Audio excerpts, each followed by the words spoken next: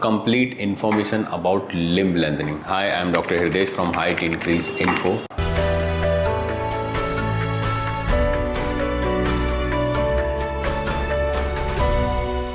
तो आज हम बात करेंगे लिम्ब लेंथनिंग सर्जरी के बारे में कि लिम्ब लेंथनिंग सर्जरी होती क्या है और ये कैसे काम करती है। फर्स्ट बात करते हैं एक्सटर्नल की। एक्सटर्नल जो कि इलीजारो फिक्सेटर से लेंथनिंग होती है। स्टार्टिंग में इसको यूज करते थे एज ए फ्रैक्चर को यूनाइट करने के लिए, जिसका कंपाउंड फ्रैक्चर है उसमें ये फिर फिक्सेटर यूज किया जाता था, या फिर सेकेंड जिसका बोन लॉस हो गया है, जिसको बोन इन्फेक्शन हो गया है, उस केसेस में भी ये फ्रेम लगाते थे इलीजारो फिक्सेटर, उसको लिम्ब को बचाने के लिए। अगर लेंथनिंग करनी है, हमने बीच का बोन निकाल दिया है तो उसको डिस्ट्रैक्ट करके बोन को कैसे बढ़ाना है, केसेस में इसको यूज करते थे। सेकंड, लिम्ब लेंथ डिस्क्रिपेंसी, जिनका एक पैर छोटा होता था, जिनका एक पैर बड़ा होता था ड्यू टू ट्रॉमा के वजह से, कोई चोट लगने की वजह से एक पैर छोटा बड़ा रह गया, या फिर बाय बर्थ ही एक पैर छोटा है या फिर बड़ा है, तो उन केसेस में लिम्ब लेंथनिंग सर्जरी होती थी। थर्ड, ड्वार्फ मींस जो लोग बौने होते हैं, बहुत ज्यादा छोटे होते हैं, उन लोगों में भी ये सर्जरी यूज होती थी। But now a days people are using for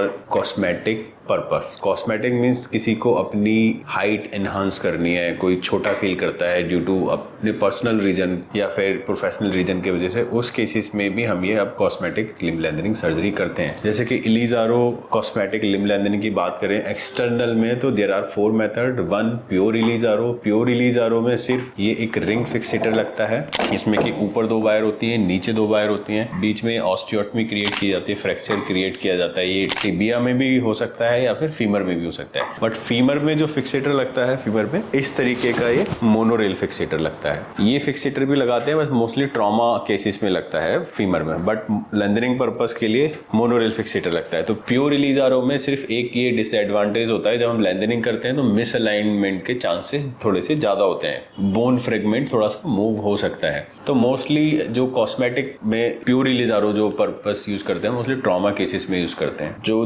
सबसे ज्यादा लेंथनिंग में यूज किया जाता है कॉस्मेटिक लेंथनिंग में, lengthening over nail means bone के अंदर एक नेल डाला जाता है जिसपे की बोन स्लाइड करती है, जिसमें कि बोन के मिसअलाइनमेंट या फिर इधर उधर जाने के चांसेस कम होते हैं। नंबर 2, जो हमारे डिस्ट्रैक्शन के बाद फिक्सेटर का टाइम है। सपोज हमने इसमें 5 सेंटीमीटर किया, 5 सेंटीमीटर करने में 2 से ढाई महीना लगा, उसके बाद हम ये एक्सटर्नल फिक्सेटर निकाल सकते हैं। नेल को अपर एंड से प्रॉक्सिमली लॉक कर दिया, या फिर सेकेंड जब हमारा डिस्ट्रैक्शन पूरा हो गया तो नीचे से लॉक कर दिया, उसके बाद ही फिक्सेटर निकाल सकते हैं। तो LON का ये बहुत बड़ा एडवांटेज है। प्योर इलीजारो की यहीं पे बात करें तो जब तक कि ये जो आपका बोन का गैप है ये फिल नहीं होता, जैसे कि हम बताते हैं कि 1 सेंटीमीटर गैप फिल होने में 1.5 से 2 महीने लगते हैं, तो 5 सेंटीमीटर किया है तो अराउंड आपको 9 से 10 महीने तक ये फिक्सेटर लगा के रखना पड़ सकता है। तो ऐसे केसेस में लोगों के पास पेशेंस नहीं होता, स्पेशली कॉस्मेटिक पर्पस में। इसीलिए मैंने बोला ट्रॉमा केसेस में तो आपके पास चॉइस नहीं होती है, तो you have to be wear this frame. Number 3 होता है LATN, lengthening and then nailing. Means हमने पहले प्योर इलीजारो की तरह लेंथनिंग कर लिया, उसके बाद जब आपकी लेंथनिंग पूरी हो गई, सपोज आपने 5 to 6 सेंटीमीटर पूरा कर दिया, उसके बाद में नेल इंसर्ट किया जाता है। लास्ट में नेल इंसर्ट करके ये फिक्सेटर निकाल दिया जाता है। बट इसका भी एक डिसएडवांटेज ये है कि टाइम तो हमारा उतना ही लगा जितना कि लेंथनिंग ओवर नेल में लगता है, बट फिक्सेटर निकालते समय जब हम नेल इंसर्ट करते हैं तो कई बार जो हमारा रीजनरेट आया होता है, जो कैलस बना होता है, वो डिस्टर्ब होने के चांसेस रहते हैं। तो इसलिए सबसे सेफ मेथड LON ही करते हैं। सेफ इन द सेंस सबसे जो लोग ज्यादा चूज करते हैं वो LON, lengthening over nail. And number 4, lengthening and then plating. Means हमने लेंथनिंग प्योर इलीजारो की तरह कर ली और लास्ट में हमने उस पर प्लेटिंग कर दिया एक्सटर्नली। ये मोस्टली उन लोगों में करते हैं जिनका कैनाल बहुत पतला है, या फिर कुछ लोग चूज करते हैं कि सर हमें नेलिंग नहीं करानी, नेल नहीं डलवाना अपने पैर में, तो उसमें हम प्लेटिंग भी कर सकते हैं लेंथनिंग के बाद। एंड इंटरनल की यही बात करेंगे। इंटरनल में जैसे कि प्रिसाइज टेलीस्कोपिक नेल होता है, तो and that is very expensive also. So these are 2 methods. External में हमारे पास 4 चॉइसेस हैं, इंटरनल में नेल एक ही आता है, प्रिसाइज 2। तो ये था मेथड की बात। और अगर हम बात करें इसकी हीलिंग की बात करें, अगर हमने सपोज 5 सेंटीमीटर किया है, आपकी सर्जरी हुई है, फिक्सेटर लगा हुआ है, तो 5 सेंटीमीटर में 2 से ढाई महीने अराउंड आपको फिक्सेटर लगा के रखना है। उसके बाद आपका फिक्सेटर निकल जाता है एंड देन आपका रिहेबिलिटेशन स्टार्ट हो जाता है। रिहैब की बात करें तो ग्रेजुअली आप स्ट्रेंथनिंग, स्ट्रेचिंग और अपना वॉकिंग, गेट एक पैटर्न करेक्ट करते हैं। Next bone healing. Bone healing अगर हमने 5 सेंटीमीटर किया है, जैसे कि मैंने अभी भी बताया कि 1 centimetre will take around 1.5 to 2 month, तो अगर मैं 5 सेंटीमीटर लेंथनिंग किया है तो 8 से 10 महीने हमें कंप्लीट हीलिंग में लगते हैं। और जो हमारे LON की बात करें, नेल जो इनसाइड होता है, उसको हम अराउंड 24 मंथ के बाद रिमूव करा सकते हैं वंस आपकी बोन कंप्लीट हील हो जाती है। अब ये सर्जरी मैंने एक्सप्लेन कर दिया, लिम्ब लेंथनिंग होती क्या है, कौन कौन से मेथड होते हैं। अब ये होता कैसे, सपोज आप एक डेमो देख रहे हैं, ये टिबिया बोन है। टिबिया घुटने के नीचे वाली बोन होती है और फीमर घुटने के ऊपर। तो इसमें हुआ क्या है, फर्स्ट ये सर्जरी होते कैसे है, LON। फर्स्ट इसमें नेल इंसर्ट किया जाता है टिबियल ट्यूबरोसिटी से जस्ट बिलो द नी के थोड़े से नीचे से नेल इंसर्ट करते हैं। देन एक ऑस्टियोटमी क्रिएट की जाती है, मीन्स आपकी भाषा में फ्रैक्चर किया जाता है बोन को, और बाहर से